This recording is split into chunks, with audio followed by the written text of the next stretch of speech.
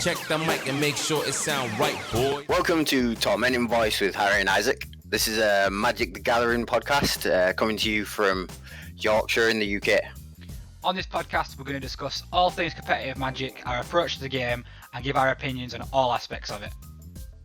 So we're going to do metagame analysis from standard, pioneer, modern, etc. and tier lists that we will aim to be data-driven and our own personal hot takes on them. We're going to do deep dives into specific archetypes, formats, and different eras of the game. And most importantly, we're going to try and improve our play and contribute to the game that we all love. Welcome to Tormenting Voice with Harry and Isaac.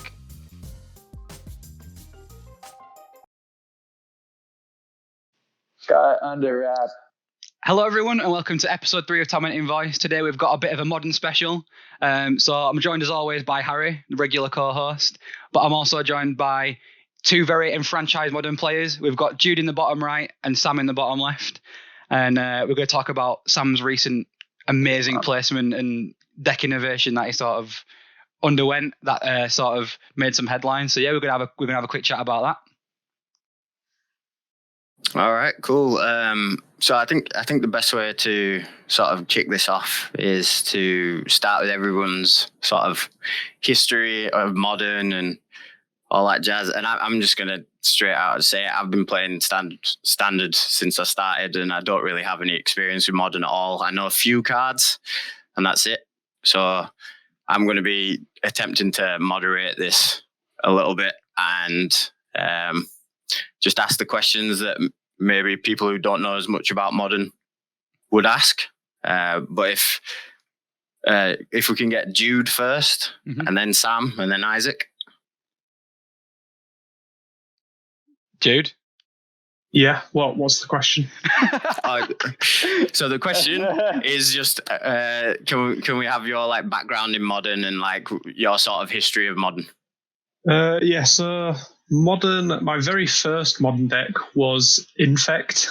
That was good fun. I built it at my first GP in Liverpool with Isaac. I think, Isaac, did you build Storm the same time? Yeah, good times. But, since then, I've just kind of upgraded mid-range decks. I went to Little Kid Abzan, went a bit combo-y with Collector Company, Devoted Druid, and then I've kind of stuck with Jude for like the past 3-ish years now.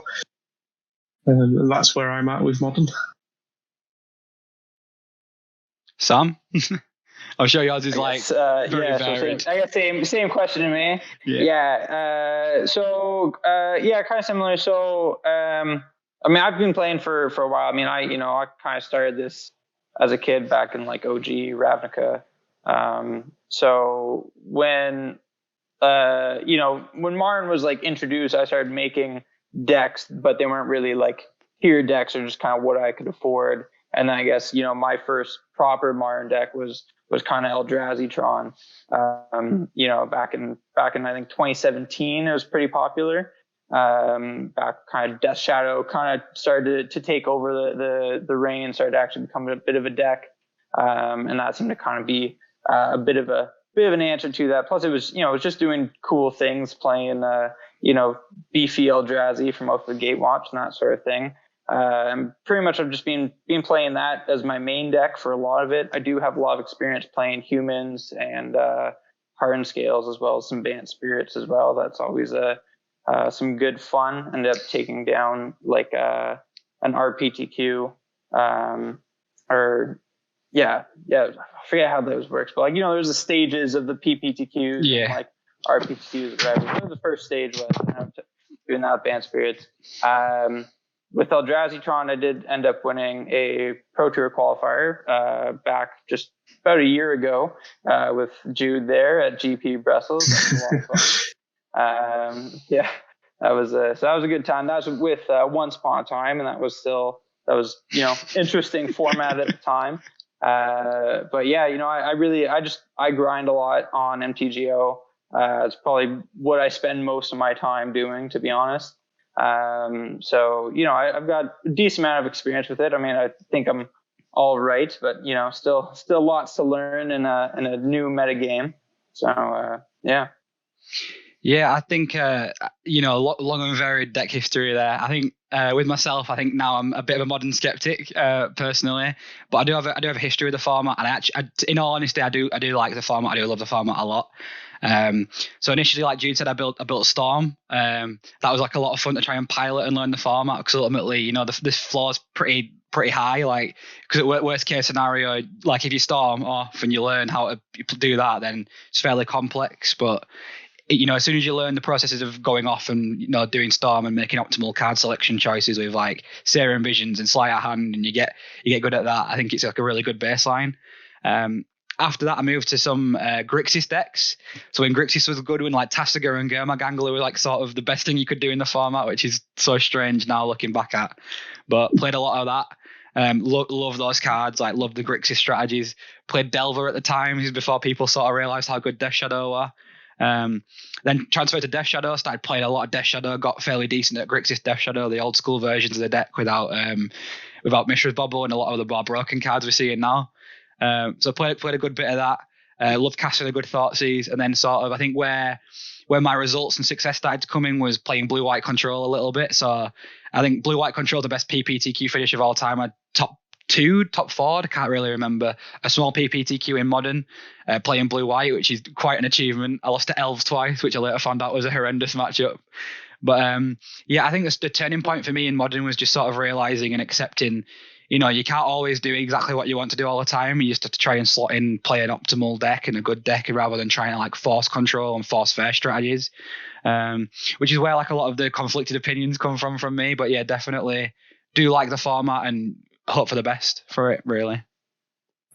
All right. So in general, we've got quite a varied panel here, from like me all the way to Sam, who seems to have been playing for a very long time and got a wealth of experience, which is good. But correct me if I'm wrong, as far as I understand it, there's been some pretty significant changes to the format in terms of bans as of late. Yeah. Yep, absolutely. Jude, do you want to take that one? Yeah. Yeah, can do. I think there was 5 bannings recently. Like, obviously there was Tybalt's Trickery from the most recent set, because that was a bit of a horrendous combo there. What was it trying to hit in Modern? Well, I'm not too sure. I never actually played against the deck. Emrakul. Yeah. I think it's pretty much Emrakul. It would run Gemstone Caverns to try to, do it turn 1. Get. Yeah. Well, I'm assuming that also had Simian Spirit Guiding at the time as well. Yes, yeah. And that's now banned. Yeah. So it would just play a Cascade spell, then one of Tybalt Trickery, and then I see. Hit Emrakul. It was Okay, so that seems like a good ban. Uro was banned, which obviously we covered in detail. Uro in the like worst card. So like, I don't think anyone would disagree with that one. No, needed to go. I can't Feel the Dead as well. Field of the Dead. That was a favorite of the Amulet Titan decks. So much value. Yeah. And I think the last one, which is the one that sort of is Mystic Sanctuary, and that was the one that was like that was going to get me back into the format, if anything, because that card in that like it's so interesting, because if you look at the chasm between Mystic Sanctuary and Standard and Pioneer compared to how it is in Modern and Legacy, it's like it's a different card. Like it's it's like a multi-faced card. Well, in Modern it was just those cryptic command blocks that it enabled, which were rather unfun to play against. Yeah. So I think a way to break it. It was I think they were all good bans for the format, though. All right, so it's interesting. Definitely, it's interesting to see that essentially some Standard All Stars that also got banned in Standard have recently taken the same path in a much bigger and more powerful format.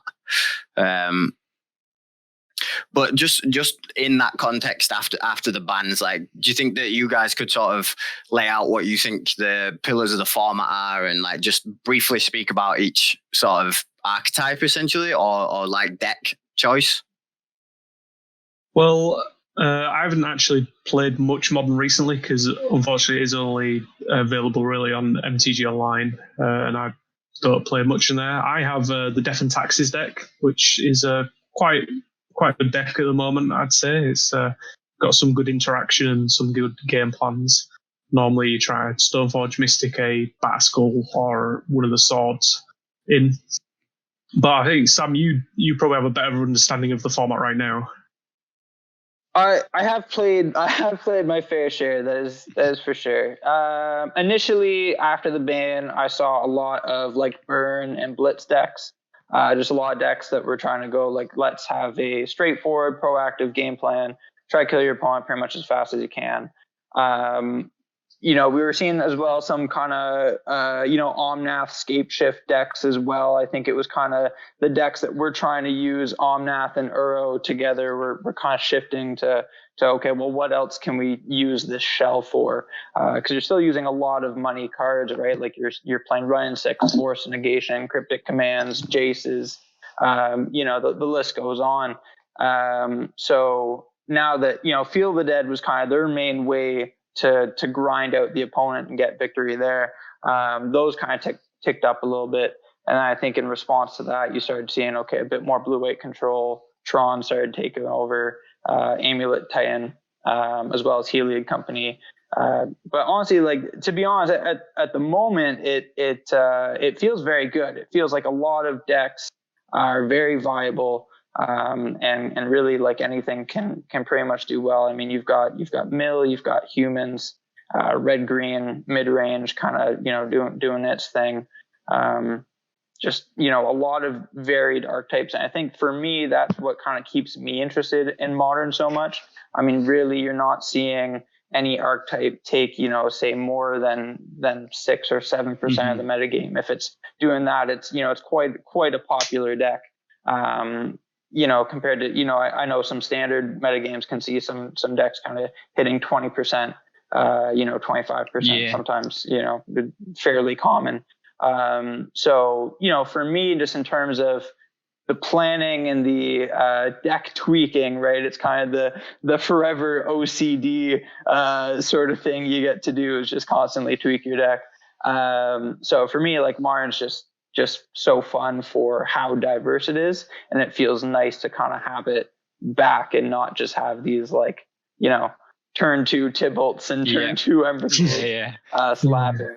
But I am a little bit guilty of doing that a bit myself with this new deck. So I think in general, like, I had a brief discussion with Harry and we looked at standard right now on Goldfish, and if you add up the top 5 deck, it's like over 50%, and in Modern it's like, outside of like Splinter Twin and like the truly broken things, you don't really see a metagame homogenized like that.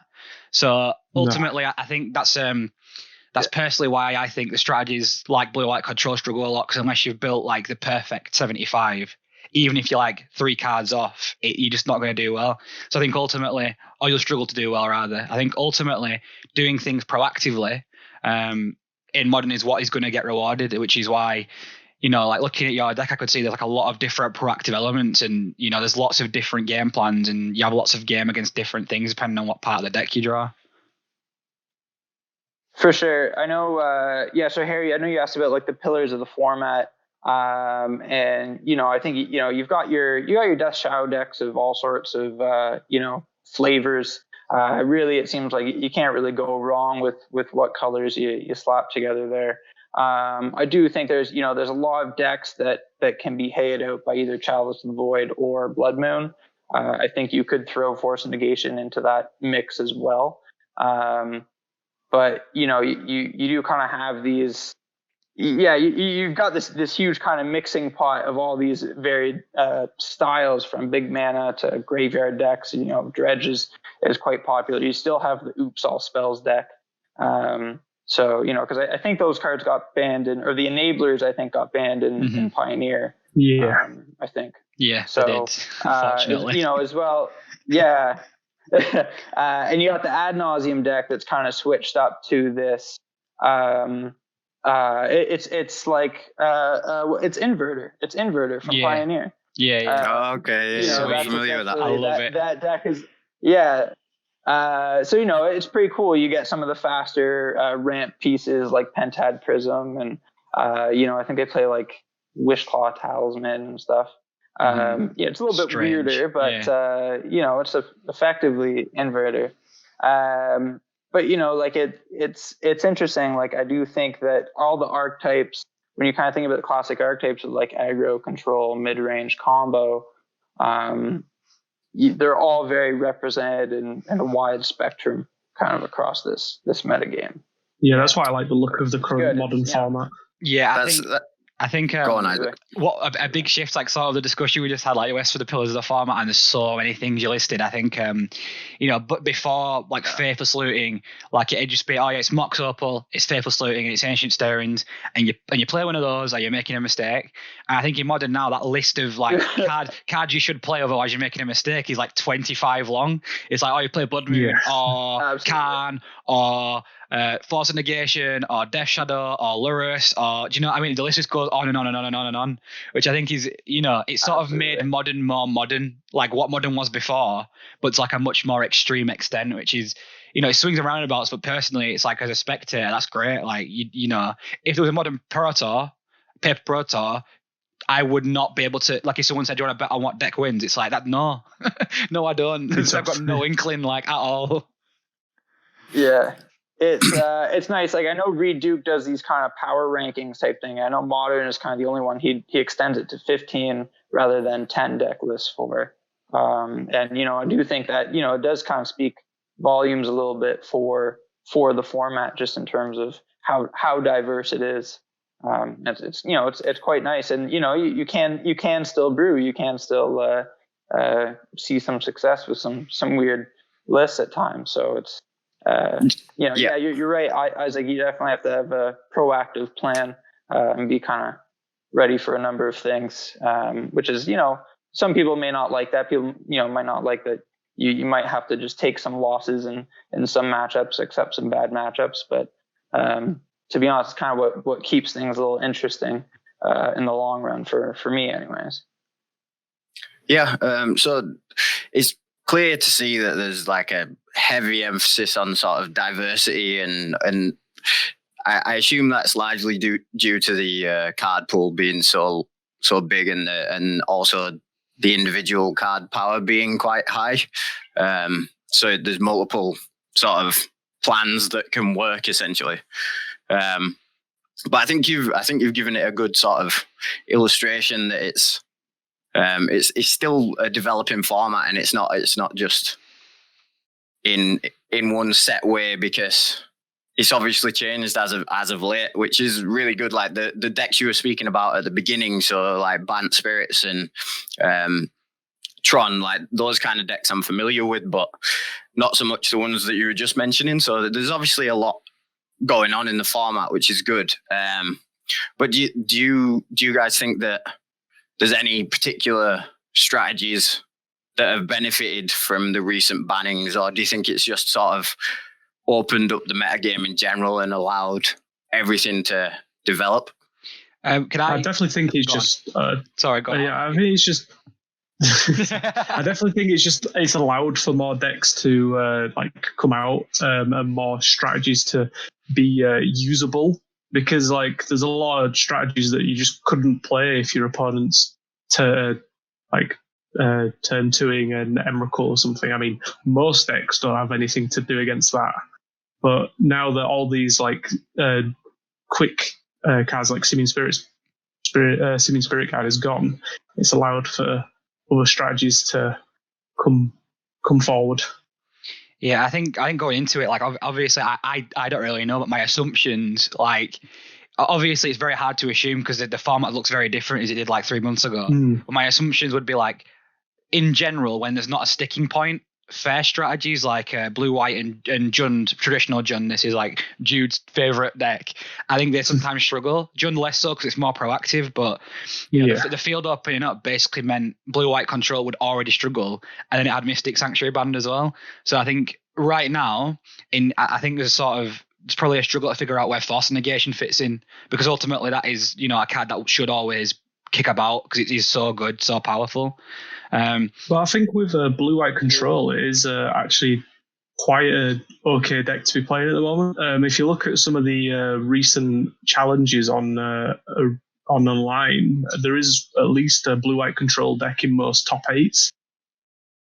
Yeah, I have seen a Because you shift just- towards Esper as well, which is very interesting to me. I think, it's just refining those card choices really, and it's same with other fair decks like Jund and what colors Jund should be. Like I showed you some modern lists, so it's like, oh look at this Abzan list with Luris in the sideboard, and it looks like a normal mid range deck. Things like anything like Siege Rhino and Sultai and things like that. It's really interesting. Well, you've got so many card choices with Jund, and it adapts. Like, the reason I like Jund is because it can adapt to a lot of the formats. Like, even though Tron is quite a popular deck, that is a historically quite bad matchup for Jund. There are other good decks there that are decent matchups. Like, I feel like you've probably got a good matchup against the Death Shadow lists because you've got a lot of that early interaction against the deck. And stuff like that. And you have like a sizing advantage as well. Like if in traditional mid-range mirrors, it's usually about who's slightly bigger. And obviously like Jund is literally just a slightly bigger version of it. But I think the position of fair decks for me was like an interesting one, looking at it like from a bird's eye view in those bands, because there's no real focal point anymore. Is that sort of what you felt, Sam? Yeah, definitely. Like, honestly, I don't think that there's any real deck that's being like, right, this is, the kind of new big thing. I mean, I do know some people are kind of saying potentially Heliod Company, but I do think that that's just due to, like, one, it's not as easily hated out as by Blood Moon or Chalice of the Void, as I kind of previously mentioned, but it has a lot of angles of attack, a lot of versatility, when people are trying to just go fast and play, burn or, prowess decks, having a effectively instant speed, infinite life combo, or even just instant life gain kind of built throughout is quite nice. And, it's got lots of tutor targets. You've got, that ranger captain that can find whether it's ballista to combo off or like a giver to kind of protect their things and kind of stop non-creature spells from being cast. But overall, it just, it feels like a good kind of creature toolbox decks, which, for me personally, I mean, I enjoy seeing those decks do well. It is will be interesting to see, how the metagame develops going forward. I think that, that deck kind of has maybe just like a slight hedge type thing, but like overall, really, like it's not. I don't think it's any head or shoulders above the rest type thing. If that makes sense. I think there's lots of viable strategies for sure. Awesome. Yeah, cool. All right. So I think we've given a pretty good overview of like the state of Modern right now. It seems like you guys know what's going on, and it also seems like it's got a direction, something's happening. But what we really wanted to talk about today is your deck, Sam. So SCG called it Naya Lukka, but I don't know if you have a different name for it or anything. I mean, I like to call it Moonwalkers just because it's a fun name. All right, well, it's your deck, so you get. Yeah, I mean, you're playing like 15 Planeswalkers and like, Blood Moon. I think this one only runs 3, but I'm running 4 now. So I'm going to pop it on screen now so people can take a look at it. Blood Moon, Moonwalkers. Yeah, sounds good. Yeah, so looking at the list now, like, as soon as I saw the list, I was like, this is very interesting. Like, because initially, like we were saying, Modern's supposed to be a proactive format, and there's so many things going on here. Like, there's so many different plans, and normally it's, traditionally from, outside perspective, it's do one thing, but here it's like there's so many small packages built into the deck where you have so many different angles of attack, which is so interesting. So it's sort of, if you had to lay out like what a plan A would be, or either a series of plan A, or does that change regardless of matchup? Yeah. Like, yeah, sort of. That's for sure. Just kind of, yeah. So plan A, I think, is pretty much try to, slam an Emrakul.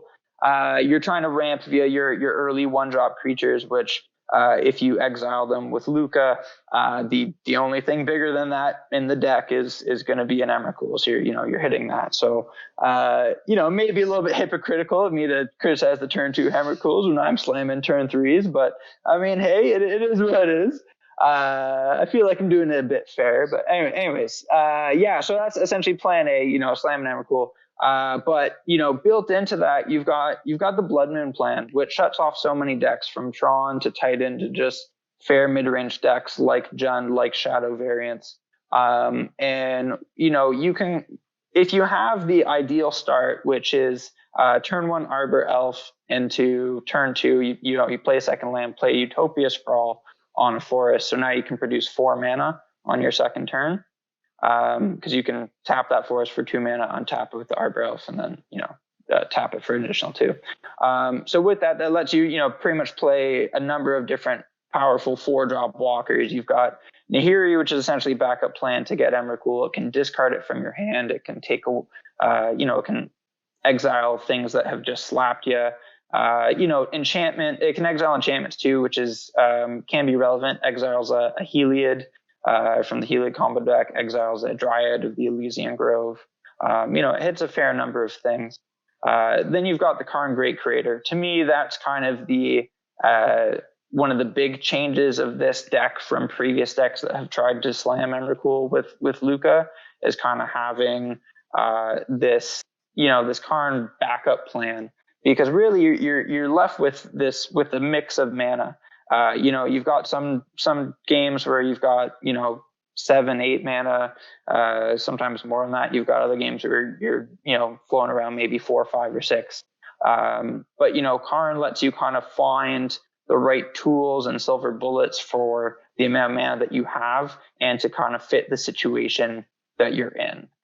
With Modern being so diverse, having something that can just in a snap pull out those, that kind of hate card, like, oh, I'm against Storm, I'll grab a Transfear or Dredge, Relic of Progenitus, right?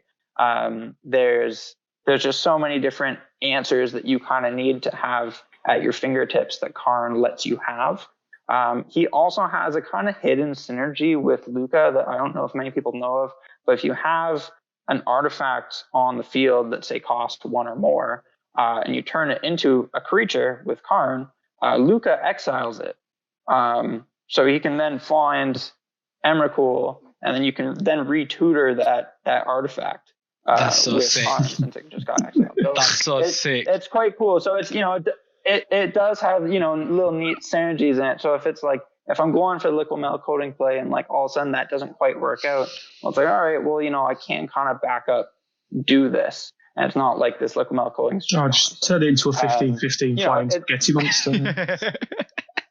Exactly. Like, it's so nice. And then even if you're like, right, well, I need to lock up my opponent with an ensnaring bridge, like, Chandra can kill them with her +1. Lukka can eventually get there and ult and just have all your dudes slap their face. You can go for a walking ballista and just eventually charge that up with your mana. Like, it's a little tedious, but eventually you will get there.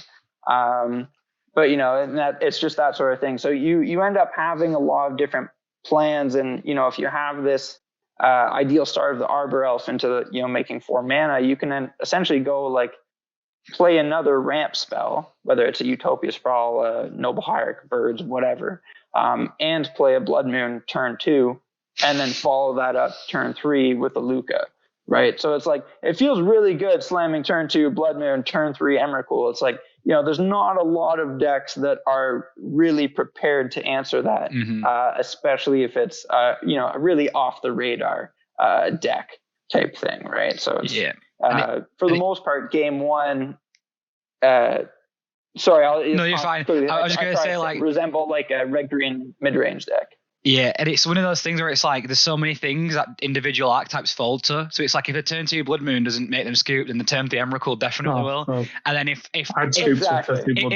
they break both of those up, it's like in the late game you just got fair cards. Like ultimately you have 4 Shadow Torture Defiance, you have Karn to get draw your cards from your sideboard. You can easily transit. If you're playing a fair game, you can it's not as good as say Jund, but it does a very good Jund impression when it comes to playing a fair game. So and I think looking at this deck, the thing that stood out for me is there's so many like cards that are underrated in the format in general. Like, first things first, Oath of Nissa I think is criminally underplayed across all the formats it's legal in, just personally.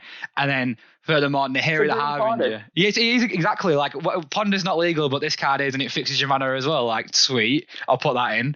And then Nahiri the Harbinger as well. Like, when that card first came out, it was, when we're talking about format pillars like Monastery Swiftspear and Death Shadow, like that card was up there. Like, you have to have an answer for a turn 4 Planeswalker if you're a fair deck, or you have to kill them before that.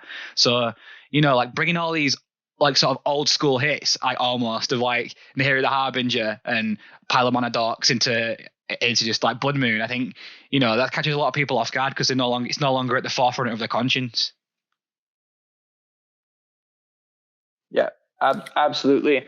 And then, last kind of thing, in the sideboard, so you've got all these wishboard, silver bullets type thing. And then, you've got the Veil of Summer to essentially protect your combo. If your opponent's trying to say, Thoughtseize or Fatal Push, you kind of off of it.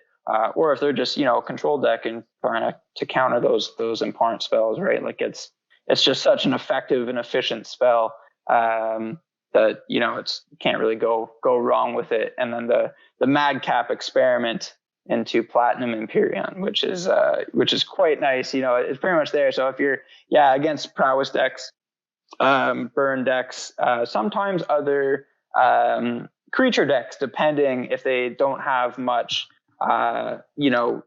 interaction to deal with that. So like humans does have Reflector Mage and stuff like that. So I wouldn't really bring it in against them. But say against Bant Spirits, that's like not really going to be able to deal with an 8-mana creature unless it's Path to Exile. Might be able to buy me enough time to do the kind of thing that I need to do.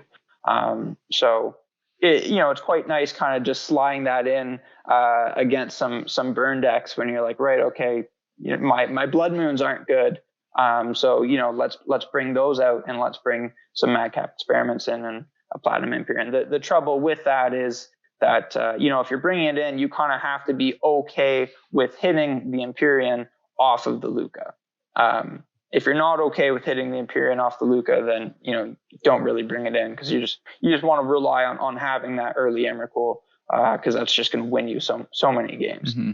I think against prowess in particular, like a Platinum Empyrean might as well be an Emrakul. Like there's no possible, especially if you're not expecting it. Like if you're not boarding a Braid against your blind when you've got no main deck targets, like there's just like it's almost better than Emrakul. Like it's as good. It's insane. But yeah, I totally get what you mean there. All right, so they. Yeah, go on. No, go on. Okay, so I was just gonna say they pretty much need to have a the Soulscar Mage to deal with it, just so they can minus one counter on it. But other than that, they're not really answering it. Sorry. Cool. All right. So I think in general you've explained the deck quite well. Like I understand it at a different level now. Like is turn 3 the earliest that you can get out Emrakul based on, or is there any other sort of? Unfortunately, I've tried squeezing the Gemstone Caverns in, but hasn't been quite as consistent. I just wanted to gauge where we are from an overall point of view. So the earliest you can get Emrakul out is turn 3, but in general you're playing this sort of rush to 4 mana, drop a decent Planeswalker, and then you've got all these sort of silver bullets, as you were saying, to counter what is a really quite diverse metagame that we were talking about. And this sort of leads me on to a bit of a direct question for you, Sam. Did you see a hole in the metagame that you could plug and you just thought this fits in, or was there some sort of other inspiration for the deck? To be honest, I wish I could be it was some big brain metagame call. No, to be honest, I kind of want to just have some fun, play something different. I figured it would be quite strong just because it is it's a fairly consistent, and you've got a lot of redundant plays in terms of all the different mana dorks that just kind of lead into, okay, Planeswalker, let's just try to grind and kind of make use of that. I figured Blood Moon was going to be quite good. I didn't really expect for it to be as consistent as it is, because to be honest, actually, I'm actually been playing this deck a fair amount now. Just one, it's quite quick to play, and it does execute its game plan quite well. But no, it's a little bit more just something let's play something fun. Let's have some fun with some super friends. Play a lot of Planeswalkers. That's always a fun thing to do. But then it was okay, this is actually quite good. and end up trying to tweak it a bit more to really target the metagame a little bit more with that. So yeah, cool. Have either of Jude or Isaac had an opportunity to play the deck or like see it in action? I've not actually played the deck, but I have watched a couple videos on the deck. I watched the dropping bombs video when he covered it. Yeah, we'll link that article so that people can sort of see Sam's deck list and see what Corey Baumeister, is that right? One of dropping them. baums. Yeah. What he thought of the deck and his analysis, but. So the next question that I kind of wanted to ask you, Sam, was what was your deck building process like as you were going through it? Did it just sort of come together simply, or were there multiple iterations of it? Absolutely. So initially, it didn't have the Karn package. Initially, it was just kind of like, right, okay, let's play Lukka. This feels like Blood Moon kind of fits. We'll play some Chandra to kind of find it and that sort of thing. I did see, I was kind of playing around with this idea. Someone else has done this where it's like you play those 3 mana adventure creatures as kind of like your like interaction stuff. So you pretty much play like Bone Crusher Giant and I'm blanking on them. The like Giant Killer and stuff like so, that. Yeah. But essentially, you play those as kind of some interaction, and then those will be your kind of 3 mana dude that you then exile with Lukka to get Emrakul. I thought that was quite cool. But then I was like, well, I want to play something fun and just kind of have some Planeswalkers in there. Initially, Nahiri was in the list, and I did try doing like 4 color because Oath of Nissa. When you have an Oath of Nissa on the field, you feel like a god. You're like, my mana is insane just casting Planeswalkers here. You're like, 4 color is not a problem. I was playing Teferi Time Raveler for a bit, just because I was like, well, I don't want my spells getting countered, and you can bounce your opponent's stuff, bounce an Oath of Nissa, like that felt quite good. I was trying to do some different things there. I did try Gideon of the Trials as well for some kind of anti-aggro stuff, anti-combo, as well as he does turn himself into a creature. So you can exile that and then find Emrakul. So it's I was looking for neat things that I could do like that, and then kind of Great Creator. Like this just feels like a good fit. Like for me, I do play a lot of Eldrazi Tron, so since he got printed, it was essentially like, right, okay, this is kind of the best version of the deck. Being able to find all these hate pieces. So for me, I'm already quite comfortable playing a Wish board. So when it was like, okay, let's try him out and see kind of if he can make use of this extra mana and be this kind of backup plan. And he does a pretty good job because if your opponent goes, well, Grafdigger's Cage, turn on Grafdigger's Cage, it's like, well, yeah, you can't get your Emrakul. Well, Karn can turn that into a creature and then Walking Ballista it or Chandra it or a Sky Sovereign it. Like there's so many different things that he can then deal with your opponent's hate pieces that I feel like that's where he really starts to shine and pull some weight there. In terms of, if you've got a fast enough start, if you can just prison your opponent out, like, okay, you got to turn to Karn, get a Liquid Melcode and get a Transfer, like just slow your opponent down, lock them out of the game. Essentially, you don't even have to Emrakul. So it's, he gives just a completely different angle of attack, and especially against, say, Tron decks. He's fantastic for shutting off kind of their artifacts and keeping them off Tron as well. So, Jude, there's a number of different variations, but yeah. Yeah, from an outside perspective, Jude, as someone who's like engaged in Modern, I know you play Jund, which is quite a reactive deck. Do you think there's any sort of like sideboard cards that would be good here? Like, because just looking at it from my perspective, it's like, what do I board in here? And it's obviously very dependent on what you're playing, but like, if you're scared of Blood Moon and you bring in Disenchants, then you've just put a bunch of bad cards in your deck almost, because then the counter's really good against you. So it's like, in your opinion, what, like, if you get matched up against this on, say, Jund or another strategy that's, you know, not necessarily trying to just kill faster than Sammy's, how do you think you sideboard against this deck effectively? Because I haven't got a clue, to be honest. Well, yeah, I mean, it does seem like quite a tough deck to sideboard against with a lot of the plans. Like, Khan is pretty good at, like, just tearing down different sideboard plans for against it. I mean, on Jund, like, if you get the turn 2 Blood Moon, there is nothing really I can do. I mean, the plan against Blood Moon decks is just to try fetch for basics as soon as I can. Like, pray on game 2 and 3, if I get there. Yeah, just pray. Like, I don't normally, Jund doesn't really have any sideboard plans for decks like this that I can think of. Like, you just kind of have to hope on your hand attack spells. I'd have to, like, maybe mulligan a bit more for them. Like, because if I can position our Thoughtseize away the Blood Moon, I've kind of got to stay. But then again, it's like you've still then got turn 3 Emrakul to worry about. Like, there's just so many, like, angles that they can attack fair decks from. It's quite tough. So I get the feeling that you think that, like, disruption of the plan might be the best way to go, and probably your best idea. Yeah. I think as someone, like, as kind of the pilot of the deck, I think that, yeah, like, when my opponent is going turn 1 Thoughtseize, turn 2 Bolt or Fatal Push, it does start to really, hurt at the resources that you're pulling out. I mean, it's a 20 land deck. You're really trying to utilize your mana dorks and that sort of thing to get out those fast cards.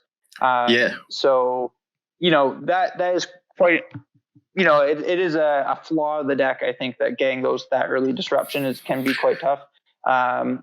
It is pretty good at, taking a mulligan to 6 or 5, sometimes 4. But, like, if I'm taking a mulligan to 5 and my opponent goes Thoughtseize and then pushes something, it's going to be quite tough for me to battle back, right? Like, I mean, the Blood Moon plan is definitely still good. It's only 3 mana, right? So it's not too bad. Usually if I'm against a very interactive deck like Jund, I'm going to try to play Utopia Sprawl first rather than a mana dork, just so it doesn't get pushed off or bolted or something. But yeah, it's like, I think that that is a good plan against this deck, is just kind of having some hand disruptions, some creature disruption as well, or just damage spells.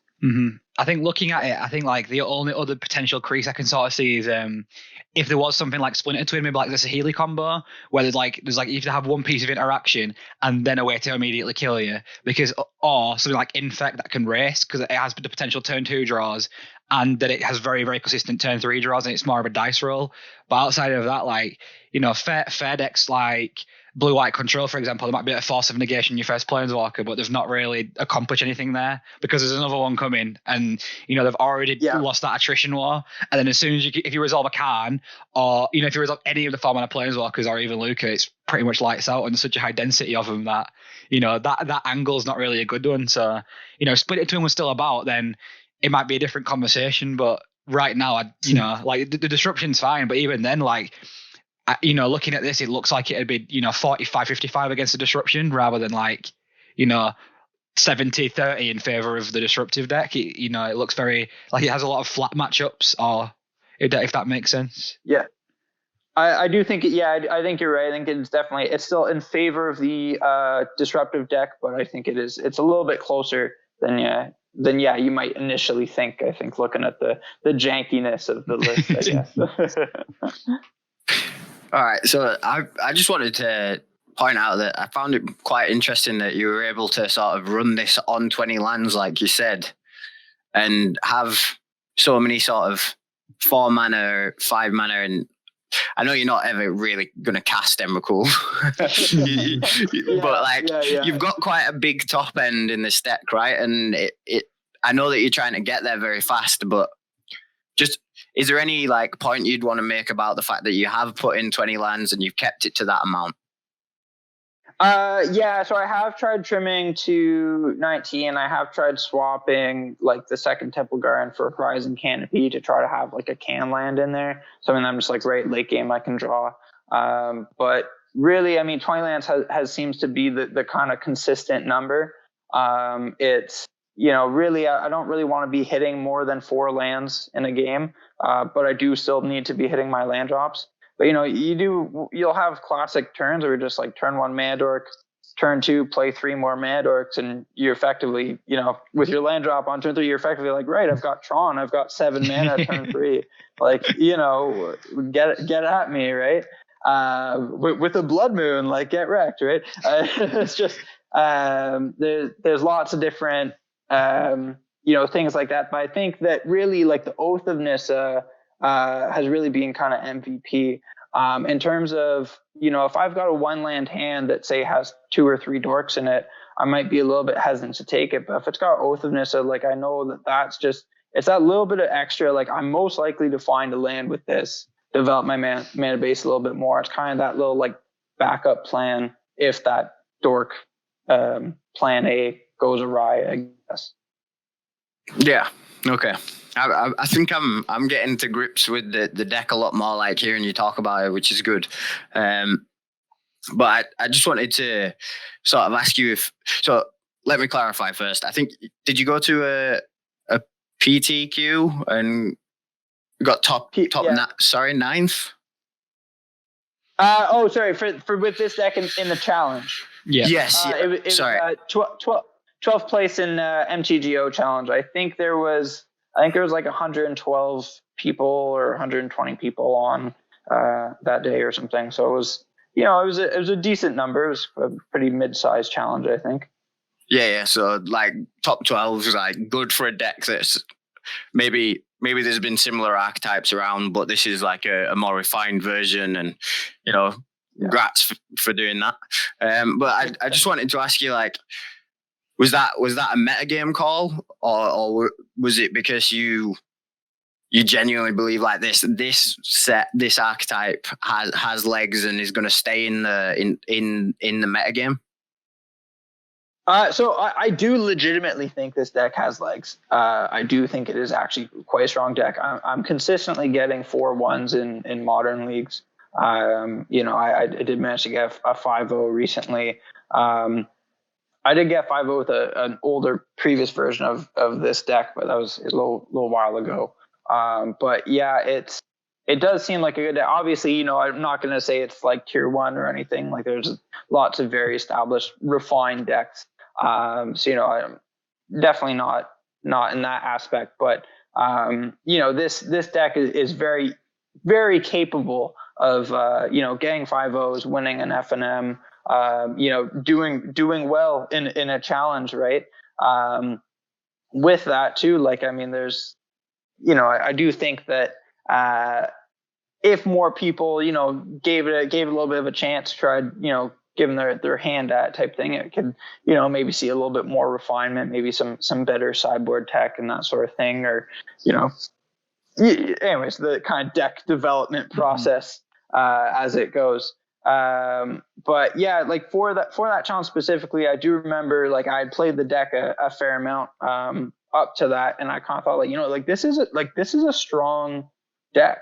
Like, if I just play, like, there's a lot of games where you just win off the back of a Blood Moon. You're like, yeah, I'm not even really doing that strong things. I'm like playing a turn 4 Chandra Torch of Defiance, but like, yeah, my Blood Moon is just locking my opponent out.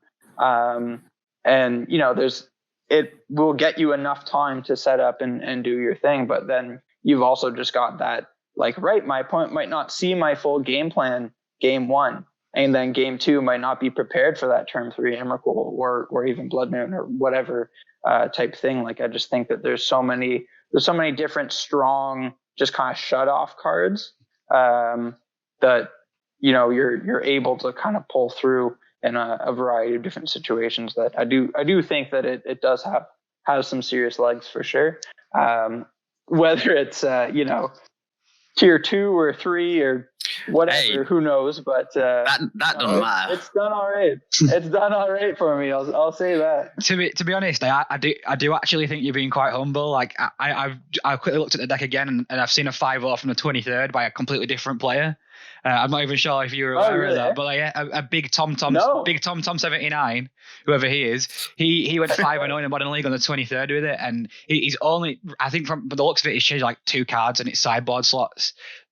So you know, like like people are cottoning on now, especially with Corey's article, and Corey saying he's going to pick it up and refine it. Like, you know, people do understand what the deck's doing now, but even, you know, no way, like that's it. Yeah, I know. Like that's that ball starting to roll, which means clearly there's something there. Do you know what I mean? Like, and on top of that, it's sort of like, you know, oftentimes when that happens, the deck loses some percentage points because it's now a known quantity. But you know, if I was playing a tournament with open deck lists and I saw this, I'd be like, what? You know what I mean? Like, what do I do here? Like, what's my plan? Like, like.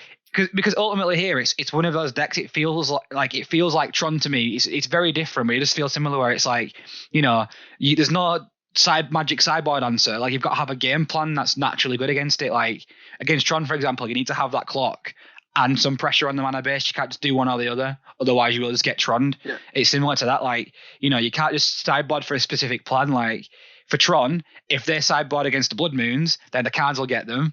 If you're a fair deck, if you sideboard to kill all the mana dorks, then eventually, you know, you'll just draw enough lands because you've got Oath of Nissa and enough churn, and you'll stick a Planeswalker, and then that'll get them. Like, you know, so but honestly, like looking at it, and obviously, like, I know you're my friend. Like we've played together before, so I am probably a little bit biased. But you know, like the evidence is showing it. Like people are starting to pick this up, and the more people refine it, and the more like little small changes that people make, like, you know, absolutely, it'll have some sticking power, I think. Absolutely, yeah. I think it's capable of, you know, flowing around a little bit, That's sweet. Yeah, I got that list up now. That's pretty cool. Yeah, I think there's definitely some bits in there that, like, you know, like the 4 Veil of Summer, like ultimately, you know, 4 Veil, Witchbane Orb. Mm-hmm. I do think the 4 Veil is probably like a big gainer against Jund, for example. Like, you know, the matchups where they are going to attack your hand, kill the dorks, like that card is just lights out against them. Jude, do you have a comment on that? Yeah, obviously Veil of Summer is quite good against the interaction we're trying to use. Yeah. Currently I'm running 3 in my sideboard. You know, I was like, you know, it is quite a good card, and it you don't mind hitting 2 of them. You know, definitely, it's when it's good, and it's, if not, it's just going to draw you that card, right? So yeah, no, that's not surprised to see that. So that's quite good. Hey, yeah, man. I did spring that on you, by the way. I just discovered that live on air. Like I didn't like, you know, I didn't save that. That's awesome. I just discovered it. Yeah, it's sweet, man. Like, I'm so happy people are trying this out, because, you know, like there's lots of things in Modern that are flashes in the pan, where it's like, you know, like there'll be like a deck one week where people are like all on board with it, and the next week people go, oh, actually, yeah, we know we could beat that. We just put like one sideboard slot in, and then, you know, we're fine.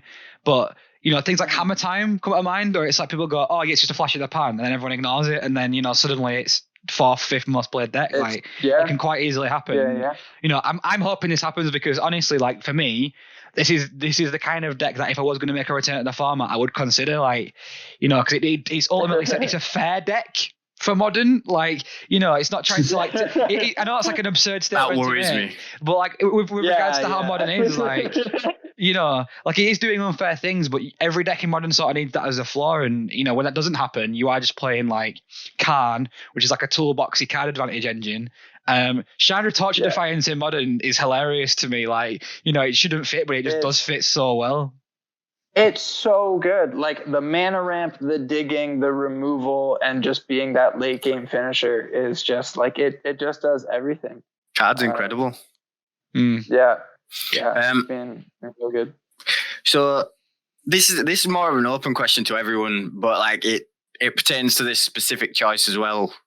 For you, Sam, on this 12th place finish, like, when we're all building decks, like what's the goal? Are you like trying to break the format that you're building into, or are you trying to just, like, you know, build something fun and cool that's your own deck?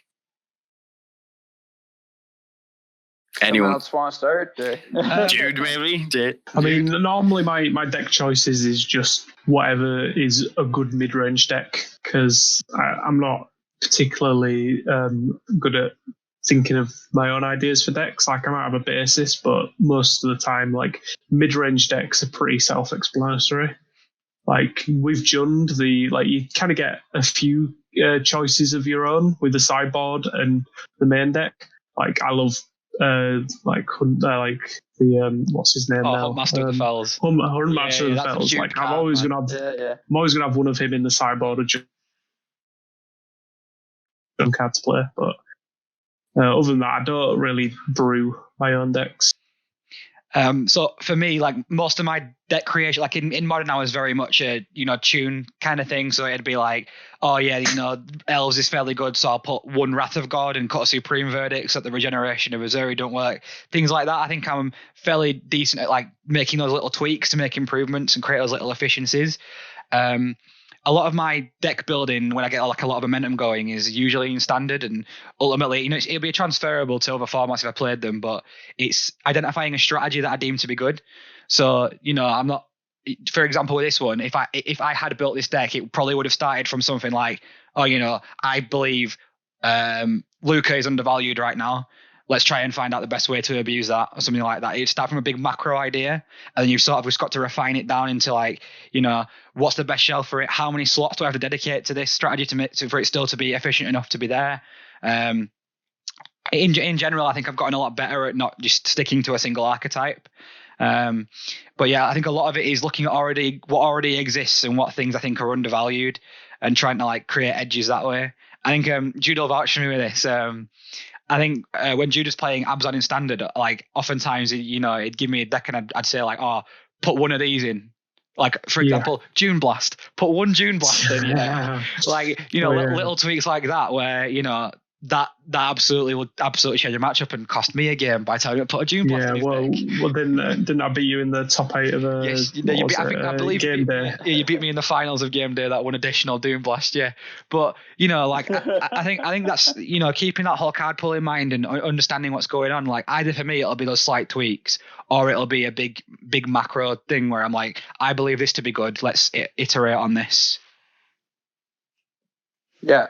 I think I'm quite similar. Like for this one, it definitely was like, I think Lukka into Emrakul with Blood Moon as a backup plan, just kind of using dorks. Like, I was like, that's kind of the big idea. Let's run with that. What can we do with that? For other decks that I go to build, like typically I'm like, right, okay, what am I gonna enjoy playing? What's gonna be fun?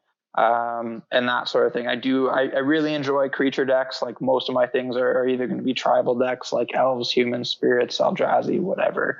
But I've got some fun decks. I've got a processor deck for Pioneer as well as a Soul Flayer deck. Like that's some good fun. But I think really if I'm feeling like brewing and I'm going to be working with like from the ground up, it's going to be I'll try to come up with something of my own, even if it doesn't really stick, or I'll be trying to mishmash like two decks together.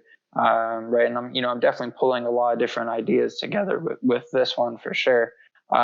So I think for me, it's kind of, trying to, looking at what else is out there, seeing what we can do and kind of maybe mix together.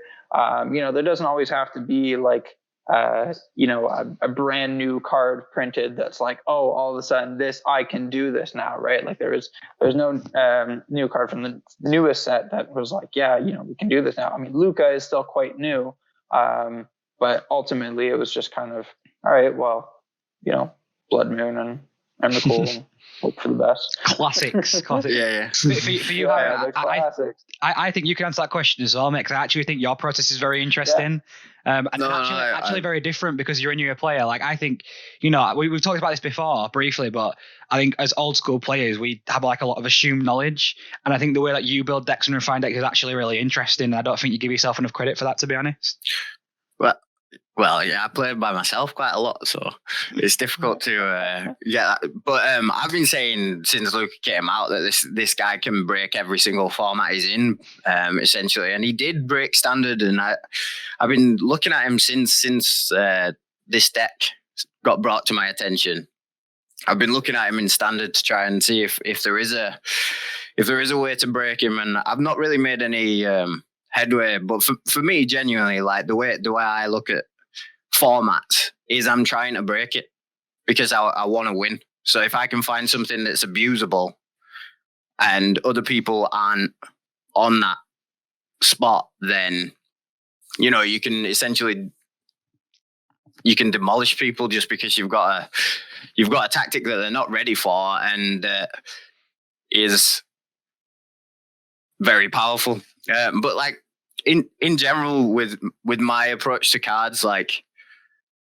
it comes from two separate sections. So one's macro that you were talking about, Isaac. So if you think about an idea, so a Luke as an idea, for example, you can use him to cheat out a ridiculous card.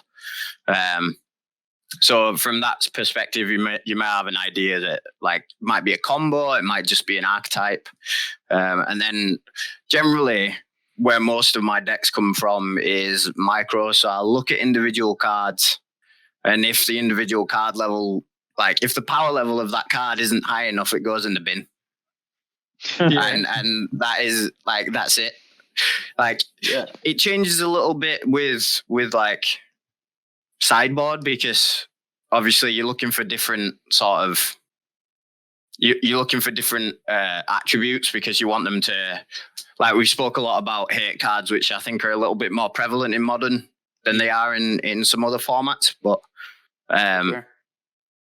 the attributes you're looking for sideboard cards are different. But like the standard 60 or 80 that we're seeing now in the standards, like for me, it's like if this card isn't on rate and it's not powerful enough itself, then I tend to put it to the like bin, unless it's got a massive amount of synergy with a lot of the other cards in the deck. That tends to be my process, at least. I think a good example of that, like just sort of illustrate to people, is Harry's sort of the first person I've seen cut Torbrand from mono red and try and find different ways around that deck. So adding opportunistic dragons, when I was grinding that for a while, Harry was like, try opportunistic dragon, and I'm like, like what's he on about? I'm like, give it a go, and I'm like, no, actually this like I understand Torbrand's really good when you're ahead, but opportunistic dragon's insane when you're behind, and mono red already plays well from a front foot. So, and tuning one drops as well in mono red, like I think Harry's a very good tinkerer, trying to understand like those little eking out advantages as well. So I think as you sort of like try other formats out, I think you're definitely going to be very, very good at modern to be a good one, but obviously the card pool's a big barrier to entry. But that's one of the issues I think for modern in general, and like the card pool and the mechanics, like just having to understand all these different interactions and knowing a card, what it actually does inside out, is quite difficult. But then knowing what all these cards do and how they interact is like, I mean, it's a lot of work. Mm-hmm. For sure. Yeah. It's definitely one of those things that I think pays more dividends over time, right? Because you're, the more you play the format, the more you get to see it develop and change, and decks, be flashes and pans and tick up in popularity and that sort of thing. So, I'm with you. When you think about really like Magic in general, right? Like trying to get someone else like into it, it's kind of like, right, well, they're learning the game mechanics, but then they're also trying to remember like, okay, this card does this and this card does, but there's thousands of cards, right? So it's yeah. All right, like learn a deck, like that's a good starting point, and then kind of go from there. Absolutely. Yeah, like it's you're absolutely right. Like it's definitely it's an intimidating one to get to start for sure. But I do think that that's I think it's worth the effort, but So just the last thing that I wanted to discuss on this deck in particular, like on Moonwalkers, which is its name officially now because you've said so. Rock and roll is like. I took that from another list, so that's not my. All right, fair enough. Well, it's your call anyway, but like the matchups. So why is it like positioned well, and like what archetypes or decks, sorry, do you want to see in tournaments or whatever? So if I match against Mill, I'm laughing because I'm playing main board Emrakul. That's just like a given. If I'm against Amulet or like a 4-color deck, even sometimes like shadow decks or just Tron, blue-white control, I don't really mind playing against those decks where really Blood Moon is really going to shine. Is quite nice. I don't like playing against Dredge because they can be quite quick, and unless I'm really getting a Karn to get a hate piece, I'm kind of relying on that early Emrakul just because of how fast their draws are. And really they don't care about Blood Moon. They're not really casting their threats, and the spells that they are playing are typically red. So I mean, they do have Life from the Loam, but other than that, it's like Cathartic Reunion and the Ox and Conflagrate and all this stuff, right? So for me, it's really it's kind of beating up on those decks. Like Bant Snowblade's another pretty good one. As much as I don't like to say it, like Eldrazi Tron and Bant Spirits also get beat up pretty well by this, just by the Blood Moon factor. Eldrazi Tron does also have Chalice of the Void, which is pretty good hate against this deck, but Karn can just +1 it and it goes away. So that's always good fun. So really, it's just those decks that are not playing a lot of basics, and really not prepared with permanent like bounce effects like Jace or Teferi or Detention Sphere, that sort of thing, right? Things that are going to get around Emrakul's protection from all colored spells. Those sorts of effects are a little bit tougher to deal with, but you've got so many dorks that typically, like even a Liliana the Veil, usually I've got a dork to sacrifice if I've got an Emrakul on board. Not all the time, obviously, but most of the time I typically do. So yeah, cool. Yeah, so any deck that plays not a lot of basics. and the bad matchups, like what do you not want to see? Yeah, so Dredge, the Healer Company is tough, but like an early Emrakul can definitely still do it. The other bad matchups, like if it's John, I'm still not happy to see it, right? Like it's like, okay, I'm bringing in my Veils, but ultimately it's like, I know you're gonna be destroying my permanents, attacking my hand. It's going to be tough, right? Like I'm going to need to have a decent hand to be able to play through that, and kind of have that attrition. So, if it kind of almost, it can be a little bit play draw dependent where, my opponent's on a fair deck and they've got that disruption. But sometimes I'm on the play and I've got the Blood Moon and they don't get to play their disruption. So, it definitely does just try to take kind of full advantage of that and just playing fairly unfair. That's what we like. With regards to the Heliod Company matchup, I'm not sure like if Jude's got any strong opinions on it, but I think personally, for me, that would be the first. Like if I'm talking about modern now, like if I had to have something to plan for, which is always very hard because like you say it's 7%, but Heliod Company is sort of that deck where it's like if nothing's in about it, then it's a huge problem. So do you think potential to open up some sideboard slots for it, maybe for like a Veil of Summer-esque card, or do you think it's just probably worth chalking it and saying it's a write-off? So it's hard. Like I've started testing out a Braid a little bit as well in the sideboard, just because that's been a pretty good one, taking out like Prowess's early creatures, being able to take care of some of the Heliod combo creatures that are on the field, even against Storm. It's also pretty good. Karn Great Courier does pull some good weight in terms of shutting off the actual like I'll kill you combo with Walking Ballista, just because then they can't activate their artifact abilities. But the Infinite Life can be tough, but if I'm just able to get through with Annihilator 6 repeatedly with Emrakul, that's also gonna pull some weight as well. But ultimately, like, I'm sure there's definitely some sweet sideboard cards I could put in to get some more percentage points in that matchup. Currently, it is quite tight with keeping the Karn board, it is definitely something that I think helps the deck fight from matchup to matchup and not just be the kind of one trick pony of shoving Emrakul onto the field. Definitely kind of helps it have a plan B and C to carry out each game. But yeah, like whether it's worth it or not, I don't know. It's so hard to say. Like, it's just, I think that their deck is just so versatile, and they also have so many angles of attack that shutting off their game plans can be quite tough, because they can just be a solid creature value deck that just ends up beating you down, with buffed up creatures and stuff like that. So it's tough, but like, yeah, I'm definitely sure that there are better pieces that I could use to more directly target that matchup.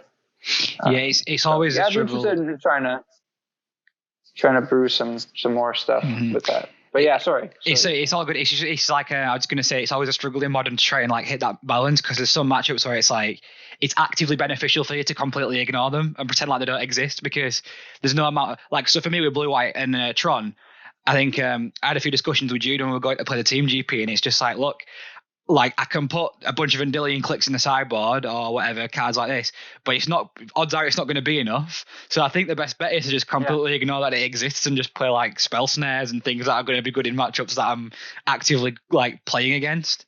So yeah, I think for sure that might be an approach as well. Like ultimately just like dig deeper into what the deck's good at and ignore what it's not good at. And it's a bit counterintuitive, but in Modern, it's 7% of the meta. Like you might not even see it for weeks on end. So yeah, for sure. All right, so I've only got 2 questions left for like the general thing. So we're about almost wrapping up, but just wanted to ask like all of you essentially like your opinions on the deck, like going forward, its longevity. Like, do you think this is gonna really stick around and like benefit from the tweaks that we've been talking about, or do you think it'll sort of fall off over time? Well, I'll go first one. Well, over time, like, I don't know how Modern is going to settle. I feel like Modern is kind of settling as it is right now. And but as Sam was saying, like, there's a good variety of decks. So I feel like this deck can definitely slot itself into the meta somewhere. Like, it's got enough good matchups where it's going to steal some wins. Like, and as Sam was saying, he's getting consistent 4-1s in Modern challenges. So there's clearly some like validity to the deck there. And the Heliod combo deck definitely looks like it's going to be a popular deck. But I can definitely see an argument for other decks, like Death Shadow decks up there. And yeah. Absolutely. So I mean, I think that I agree with Jude. I think that there will be kind of a spot for this to slide into the metagame.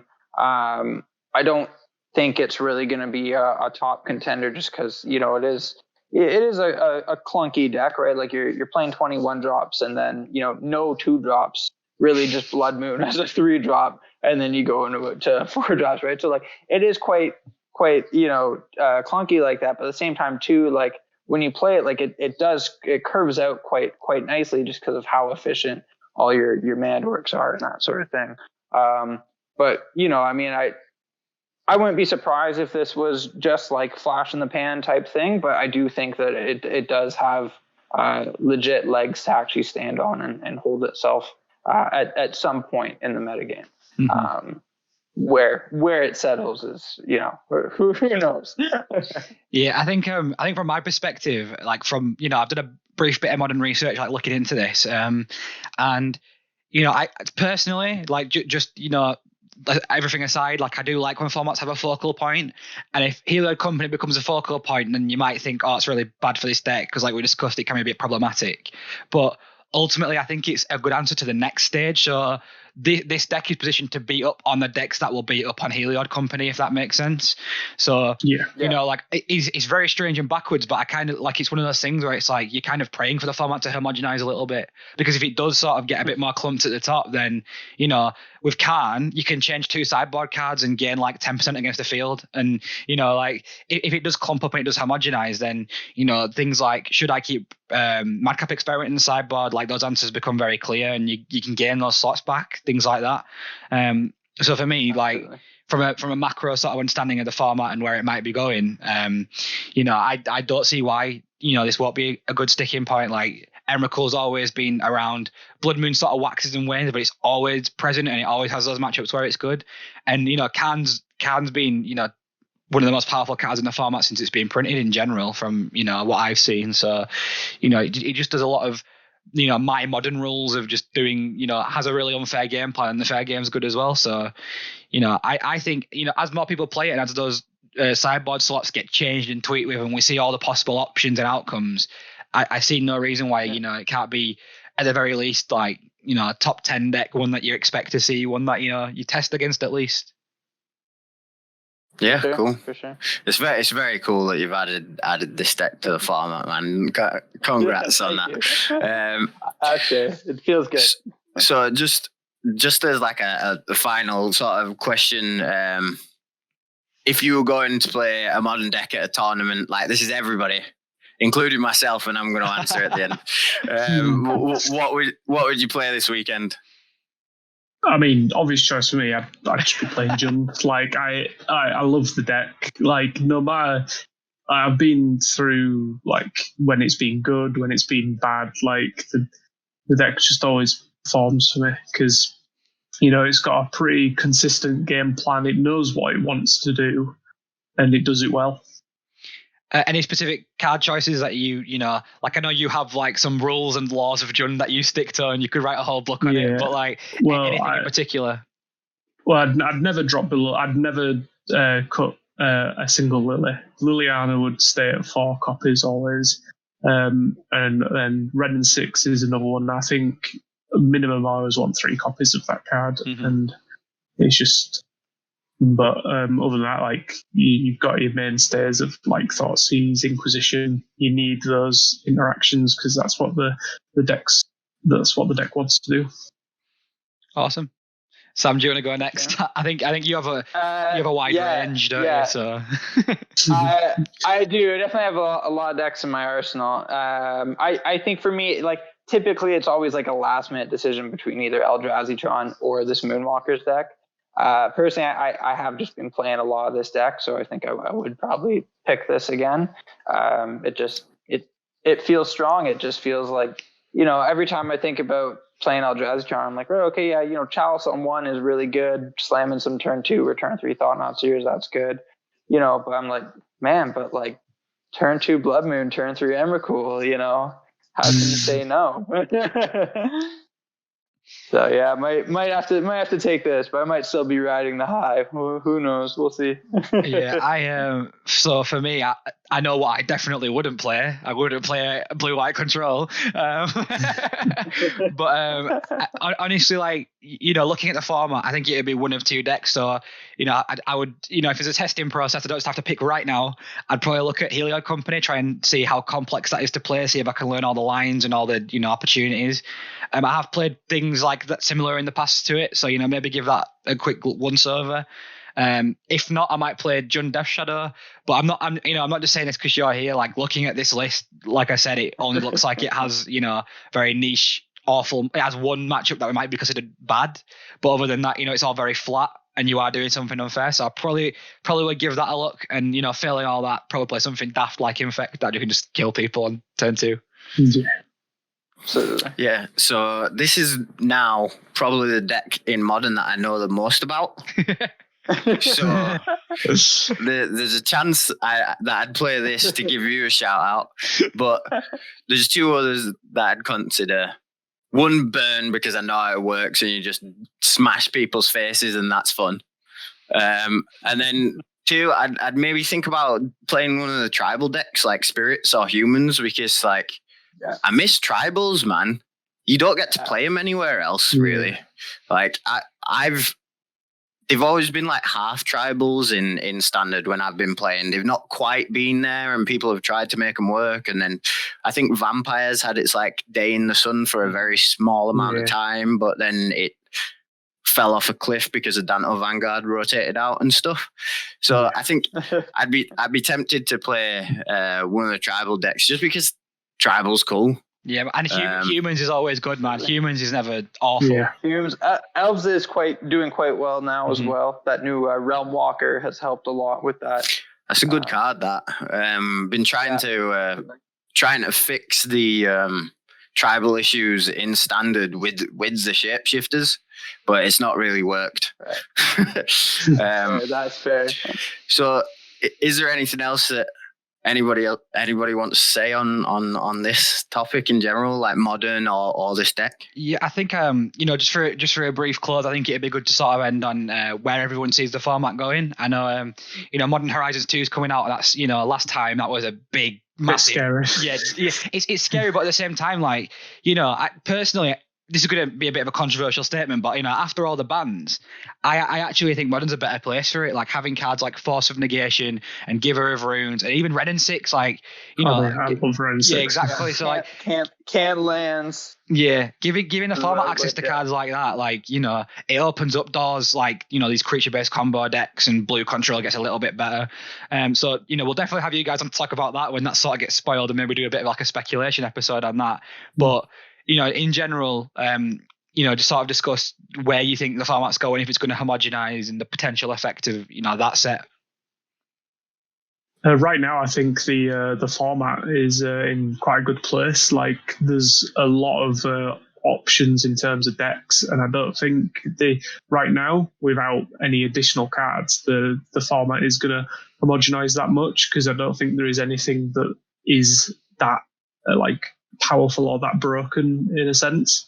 Like, if you look at each archetype, there is a good deck to play. Like, you've got a decent control deck, you've got a decent combo deck, you've got a good aggro deck, you've got good mid-range decks. So I think right now there's a path you can take with any deck. Sweet. Absolutely. I agree with that. I think that currently it just seems like it's kind of settling down. It doesn't seem like things are homogenizing too much. It does seem like a lot of good variety of flavors, even kind of within each of these archetypes. That's quite good. It will be interesting to see what Modern Horizons 2 does. Hopefully we don't have too many haymakers, kind of like we did last time. But yeah, I have to say that, I agree. I think there's a lot of good tools that we got, whether it's hate pieces like the that -1/-1 dude. I'm blanking on his name right now. Oh yeah, Plague Engineer. Plague Engineer, and like Collector Oof, right? Like those are those are good cards. Those are nice to have in the format. So if we get some more kind of useful tools like that, I'll be quite happy. If we see some other broken cards, we'll probably see some more bans. But whenever they're trying to match cards that to this power level, like you're gonna kind of have that, right? Because you're shooting for this kind of this power level point, right? And you're gonna overshoot a bit, you're gonna undershoot a bit, and it's just kind of hoping for the best. But I think they're probably gonna expect some bans after the Modern Horizons format. I would expect. Awesome. All right, cool. Well, I think that's a good sort of spot to end on, Isaac. If you've got anything else to add, like. No, I don't think so. Just stay tuned for potential Modern Horizons episodes, because I definitely want to cover that. Especially especially if this deck gets any tools. I think we've got the go-to guy with regards to what this deck could add to it. So we'll definitely come back with some more modern episodes, because it's always really informative to have people that are format experts on. So we'll definitely do that. But yeah, I think that's about everything. So thanks a lot for coming on, guys. Really appreciate it. I think thanks for having us. I think it's been really insightful. It was a lot of fun. Yeah, just seconded. Cheers for coming on. I've learned a lot, so hopefully it'll be useful for other people as well. And I hope you guys will come back on and talk about something similar. But yeah, this has been episode 3 of Tormenting Voice. Cheers, guys. Awesome. Check the Thanks so mic much. and make sure it sound right, boys.